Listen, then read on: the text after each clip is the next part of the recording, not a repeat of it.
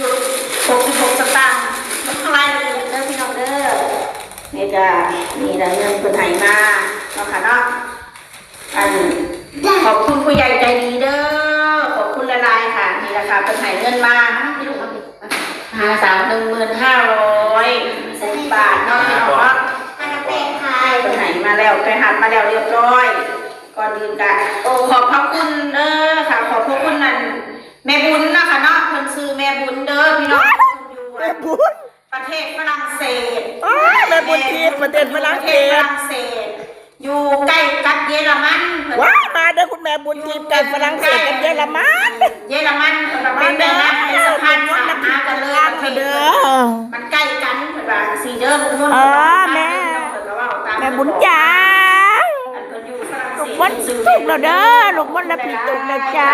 แม่จ้ามันมึงใจเด้อใจแข็งแรงเด้อค่ะเด้อบ้านเบิดเด้อแม่บุญจ๋ามันมึงใจเด้อเด้อทองร่ำรวยแล้วเงินค่ะเอาตัวเศร้าหลักกา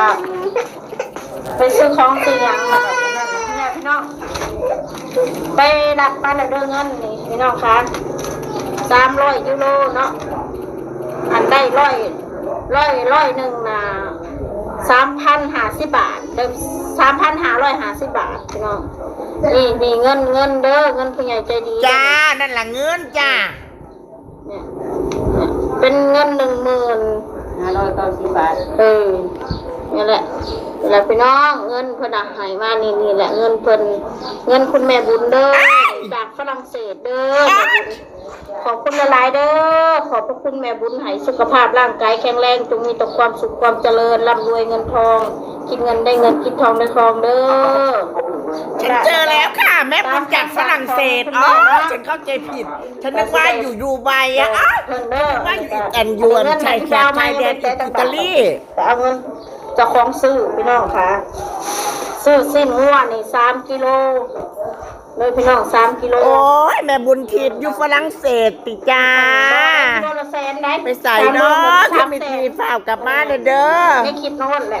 อุกใจคักหลายแล้วเด้อมาซอยโผดซอยถ่ายเลยอันนี้ค่ะ60,000หนาขึ้นแหละได้แม่บัวน้องลูกเจ้าเด้อโลนึงพี่น้องซื้อเป็นสั่งให้คอยซื้อพี่น้องร้านยังมาพวก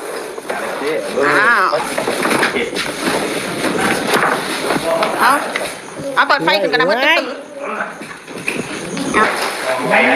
ตู้เย็นอันนี้ใครอยู่มันหน้าบ้านเนาะอะไรไงค่ะโอ้หนักมากครับพี่น้องโอ้ยคุณที่ปัดตาเรื่องเสียงอะไรกันแล้วก็อ่านเขาไม่ได้เลยเนี่ยเนี่ยเลยแบบกองใหญ่ยังมา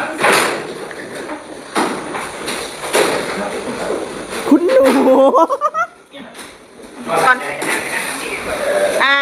เล่นมาดิลูกมานานหน่อยคุณมิชูมิชิใส่ละหนูมิชูมิชิโอ้ยกูอยากมีเด้ตู้เย็น2 ประตูอ๋อคุณนายคนนี้ตู้เย็นมิชูมิชิ